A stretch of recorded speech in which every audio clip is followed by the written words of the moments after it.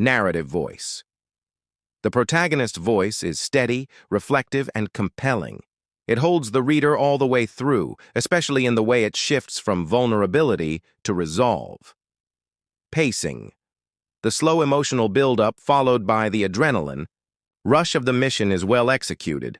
The transition from personal drama to professional takedown feels earned. Details. The mundane, scratched coffee table, her perfume, the old suitcase, blend seamlessly with the spy craft, burner phones coded, notebooks, black safes. Themes. There's a strong undercurrent of duality, public versus private identity, love versus duty, truth versus deception. Suggestions for improvement. Paragraphing for clarity. Breaking up large blocks of text would help pacing and readability. This is especially important in emotional scenes and high-action moments. Clarissa's role. She's mostly reactive in the story, screaming, confused, caught in the chaos.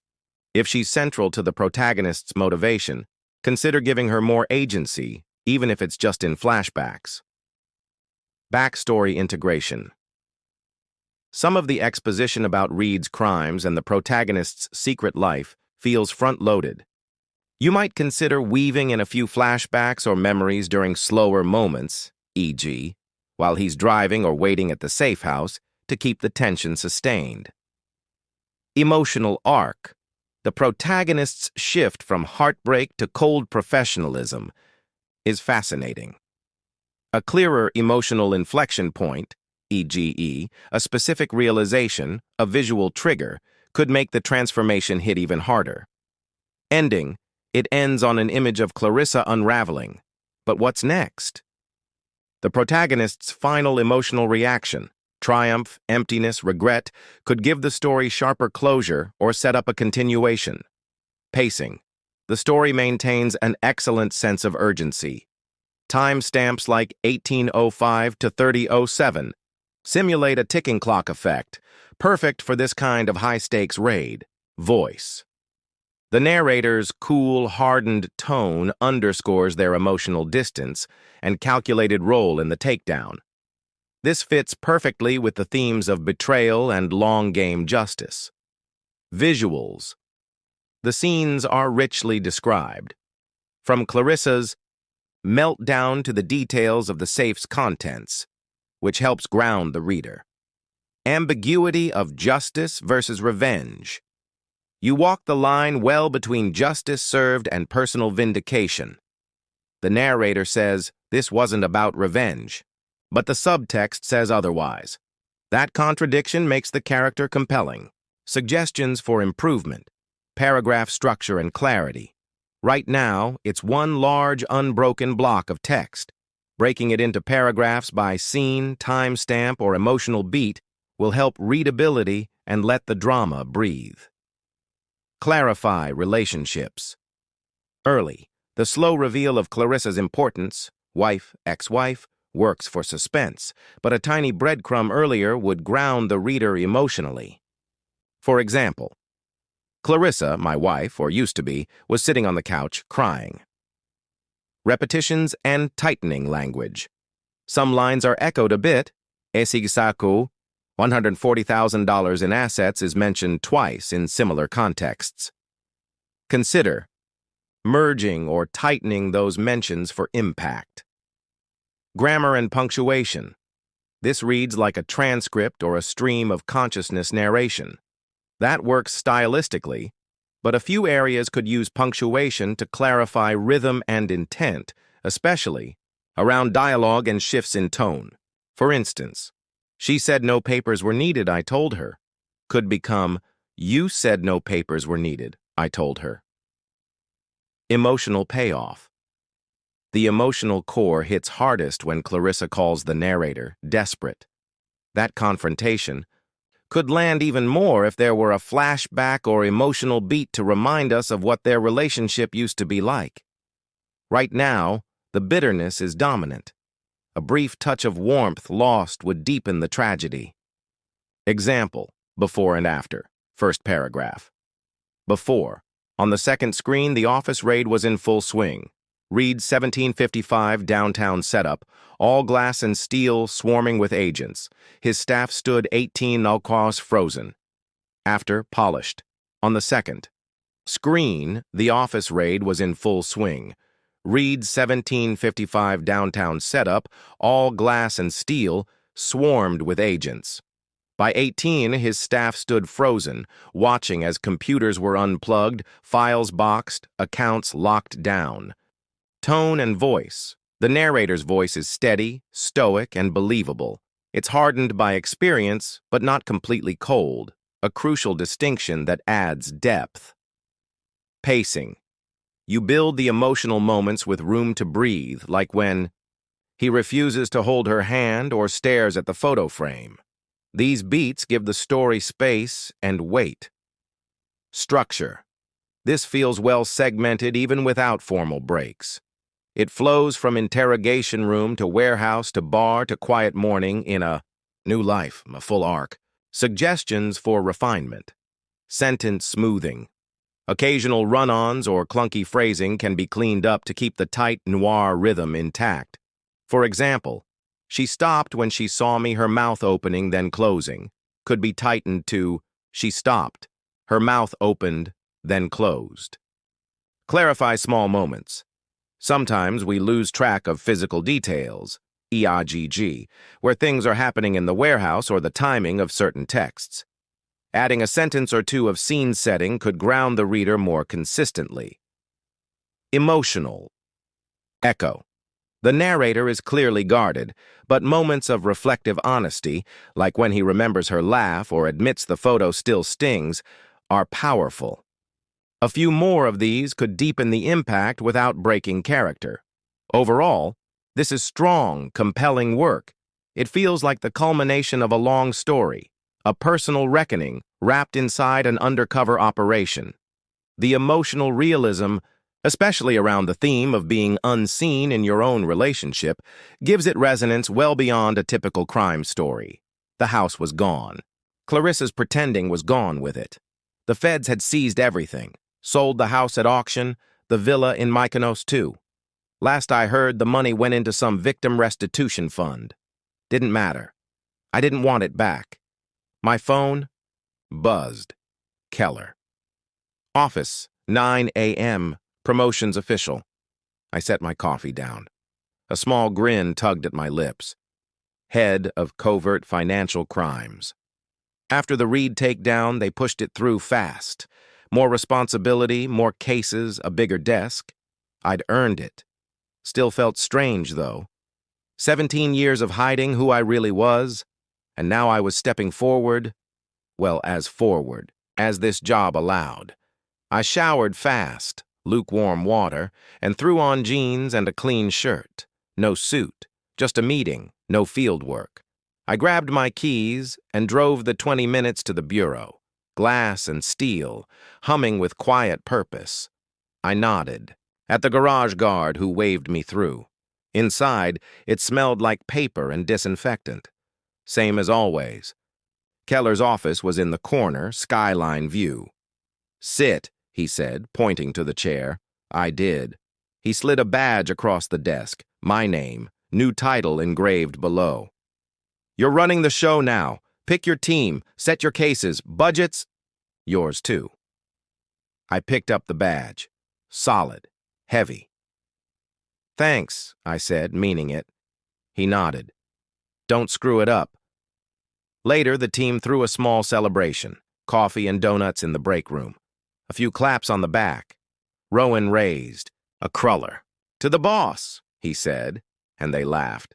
Torres was there, some new faces too. They'd heard about Reed, the raid, the headlines.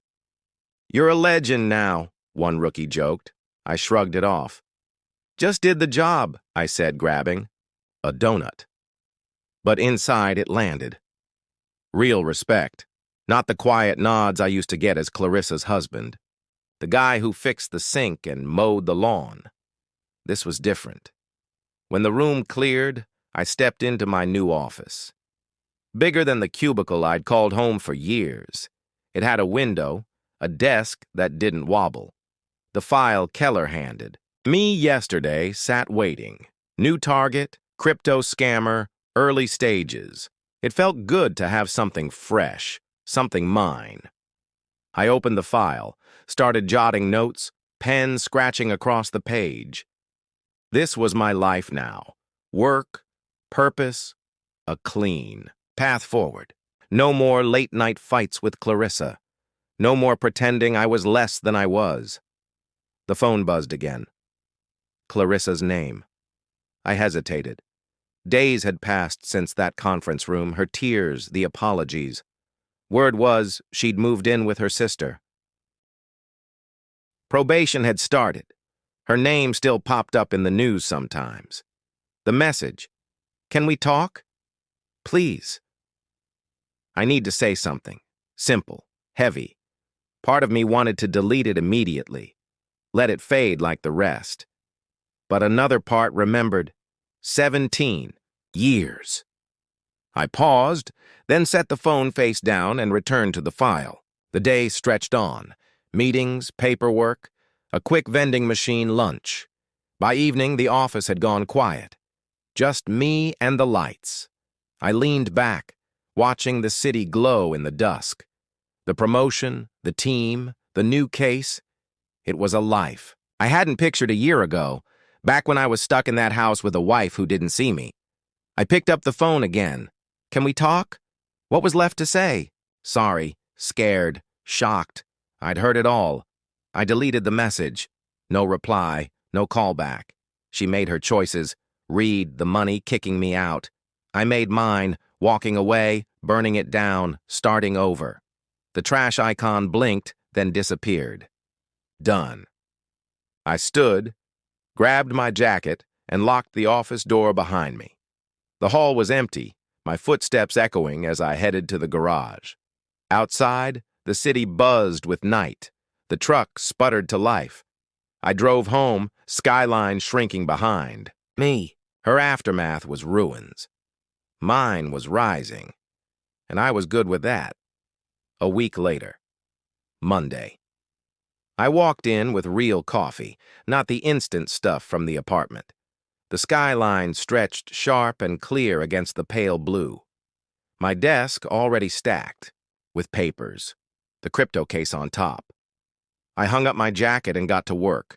This was it, my real goodbye. Target, Ethan Bryce, age 34, based in LA, front company, Bryce Digital Arts. We'd tied him to $8 million in shady transfers. NFT wash. Trades. Early days, but promising. I dug in. Leads. Hunches. My phone stayed silent. No Clarissa. The clock hit 9 a.m. The office stirred. Footsteps, ringing phones. Rowan popped his head in. "Boss man settled?" he said, tossing a stress ball. I caught it, tossed it back. "Getting there. Team's ready when you are. Couple. Rookies itching to chase this crypto clown. Briefing at 10, I said. Bring coffee." He laughed and left. This wasn't about power. It was about purpose. For years, I was the man in shadows, tracking, hiding, pretending. Now I was out front. No more masks. I sipped my coffee and kept reading. Shell companies, encrypted wallets. Messy. But I'd cracked worse. Reed was proof. By mid-morning, the team gathered. Rowan, Torres, 2 rookies. I stood at the whiteboard, marker in hand. "Target's Ethan Bryce," I said. "Big 3-4, lives in LA. We've got him tied to 8 mil, maybe more. I want everything. His accounts, his contacts, his habits." The room buzzed with focus. Rowan smirked. "Another Reed, huh?" I shook my head. "Smarter, quieter. We move slow, build it tight." The briefing stretched an hour. Questions flying, plans forming. That old fire lit again, focused, sharp, alive. Lunch was a sandwich at my desk, crumbs on the file. The afternoon blurred, calls, emails, digging deeper. No time for ghosts. Clarissa's voice didn't echo here. By 5 p.m., the office emptied. I rinsed my mug in the break room. Torres wrestled with the vending machine. Good first day, boss? Solid start, I said. He grinned. Heard, Valon's appealing. Let him try, I shrugged. He's done. Back in my office, I packed up. The sun dipped low, city bathed in orange and gold. I locked the door and took the stairs, the echo of each step steady and sure. Same truck, same sputter, smooth drive, some song on the radio I didn't know. The apartment was quiet, fridge humming. I poured a glass of water. No beer tonight, just calm. Outside, people walked. Cars rolled by, life moved on. Clarissa had once said, "No divorce papers needed, just leave." So I did. The house, the lies, the version of me she'd boxed in. She thought she won, but I walked away with more than she ever knew. Dignity, direction, a life that fit. That warrant I served, it wasn't just for Reed, it was for me. I sipped the water, cool in my hand. The city lights flickered. The crypto case waited in my bag. Another con man, another chase, another shot to do what I was built for. I smiled, small but real. Set, the glass down, lay back on the mattress, bare but mine. The ceiling above, blank and quiet. No ghosts, just me, the job, and the road ahead. Clarissa had her goodbye, messy, loud. This was mine, quiet, sure, and it felt right.